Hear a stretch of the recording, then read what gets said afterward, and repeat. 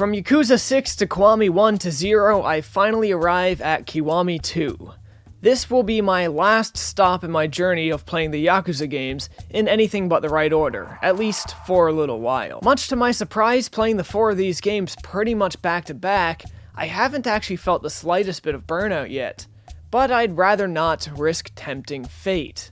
So for now, I'm going to take a break and patiently await the re-releases of the next games. First and foremost, Yakuza Kiwami 2 is the HD remake of the old fan favorite Yakuza 2. While some content has been cut from the original, much more content has been added in its place. I've never played the original myself, and while I've seen some people upset by the cut content, it seems people largely feel this is more akin to Nintendo cutting out the extra Triforce shards in Wind Waker HD than it is to anything else that may cut something that was actually important or fun. I of course have no opinion on the matter cause I have no experience with the original, but it's worth noting here before we continue, just in case it's something you're personally concerned with. What remains in this game is your standard set of affairs for a Yakuza game, and like all of the ones I've played before it, it is yet again another great experience, though this entry definitely has some of its own strengths and weaknesses. We are going to start with a story because this is honestly where I felt the most conflicted. Yakuza Kiwami 2's story, of all of them that I played, felt the most accessible, and I'd even venture to say kind of generic. It's in many ways a buddy cop detective kind of story from the 80s and 90s, mixed with a bit of the Warriors, and a rivalry that calls to mind Rocky Balboa and Ivan Drago from Rocky IV. Is this a bad thing? No, not really. Though I've seen so much of these things, I find it hard to get the same enjoyment out of them as I used to, or as much as other people do in general. I still like all of those things, of course. Yes, even Rocky IV. At the risk of damaging my probably non-existent reputation, Rocky IV was actually my favorite of the series. The game begins by showing us a small bit of bloody history with little explanation towards its purpose. This will of course become important far later into the game, but for reasons I'm not going to explain in this review. From here we jump to modern times, to 1 year after the events of the first Yakuza game. After Kiryu's actions a year before, some of the biggest operating criminal bodies are falling apart, and their inability to unify and sort themselves out is pushing them towards an all-out gang war. Kiryu, feeling somewhat responsible that his transgressions had brought about such a thing, sets out to see what strings he can pull to create some sort of unity among these criminal bodies and stop the war from happening. This path inevitably leads to us setting up who Kiryu's main rival will be for this game. Kiryu finds a worthy rival in fellow dragon Ryuji Goda. Though this rivalry is mainly one of pure animalistic pride and power, it's revealed upon Ryuji's epic introduction that the underlying source of his antagonistic nature is a combination of his daddy issues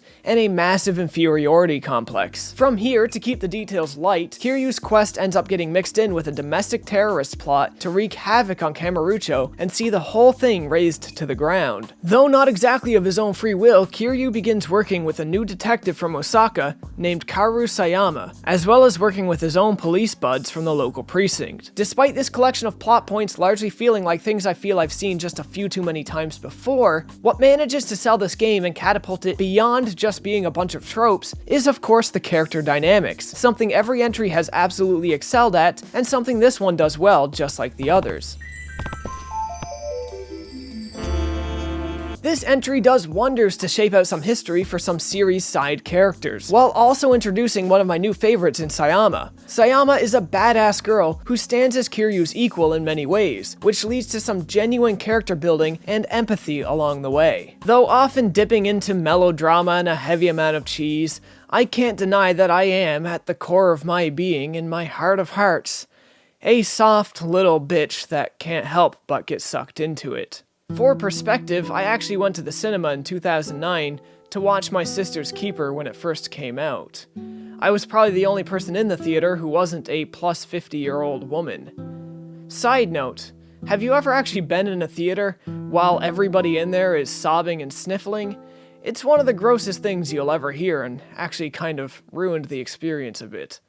But I digress. Yakuza 2's main themes might not play on things I hold as close to my heart as the other entries do, but it still has all the action of Die Hard, all the drama of The Young and the Restless, and all the tragedy of Shakespeare's Hamlet. In keeping with the action premise of the game, this game also seems to have one of the highest body counts out of all of them that I've played so far. In previous entries, it seemed they tried their damnedest not to actually kill people on screen unless it was of utmost importance. but this one throws all caution to the wind and drops people like flies. Though this particular story isn't catered to my taste palette as much as the others, it is still a fantastic story, and one I fully recommend others check out. New to the remake is a small new campaign focused on Majima. This campaign is under 2 hours long, but if you played Yakuza 0, it's going to give you some much appreciated follow-up to the events of that game. Don't let the campaign's short runtime deter you either. It's short, but it's impactful. In all honesty, this new short campaign hit me really hard at points,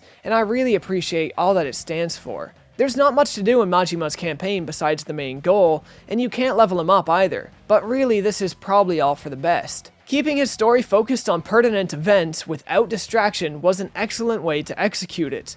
And he was already overpowered as it was, so leveling him up more wouldn't exactly have been beneficial. But getting back to Kiryu's campaign, like all Yakuza games, there's far more than just the main plot to explore. You have an absolute slew of mini-games from the offerings at the arcade, to darts, to golf, which I swear is rigged, and much more. Clan Creator, the tower defense RTS style game from Yakuza 6 returns, only the game has been upgraded and improved, and the story tacked onto it is much more interesting than before, focusing around helping Majima turn his construction company, the aptly named Majima Construction, into a mega corporation and securing his plans for a massive development project. Cabaret Club, the stat management clicker style game from Yakuza 0, also returns, slightly upgraded over the original, and again, I can't help but feel the setup to this is also massively improved, where the characters are now engaged in much more interesting conflicts than they were before. Sub-stories are rather plentiful, though this game is quite a mixed bag with them. Most of these sub-stories are smaller than I'm used to, and they complete very quickly, though some of them are batshit insane and leave quite the impression.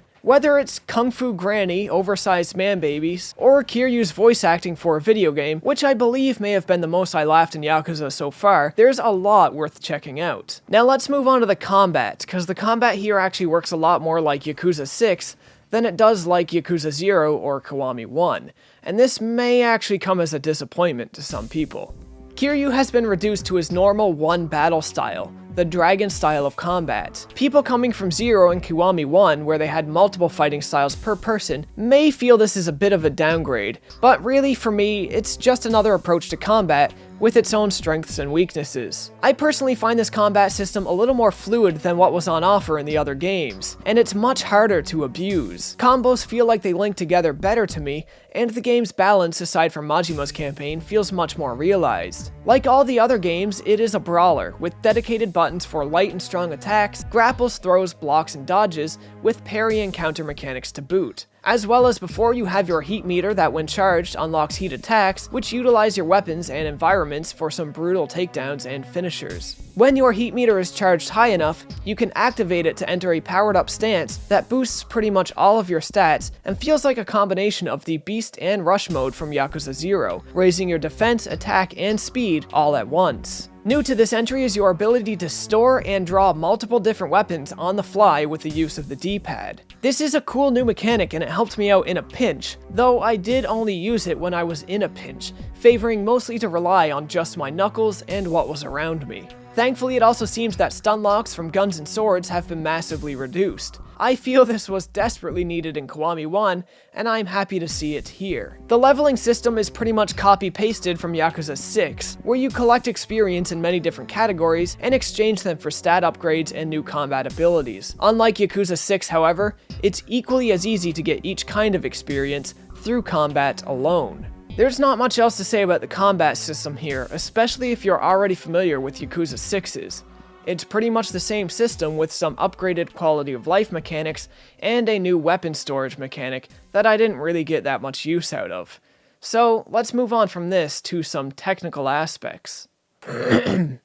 As stated earlier, this game is now on Yakuza 6's engine, the Dragon engine, as opposed to what 0 and Kiwami 1 were on. With this comes a few notable changes, though on quick inspection it looks pretty darn the same. I noted that in 0 and Kiwami 1, both games had issues with texture pop-in on NPCs. This seems to have largely been eradicated in this game, or is otherwise hidden by the clever use of depth of field and motion blur. While I did feel at first the motion blur was a little strong, I adjusted to it quickly. I feel this game looks the best out of all of them, but its performance can suffer in certain situations. Transitions from cutscene to gameplay are just a tiny bit jank, and load times can be a tad long. Object load-in usually isn't bad, but sometimes this can happen.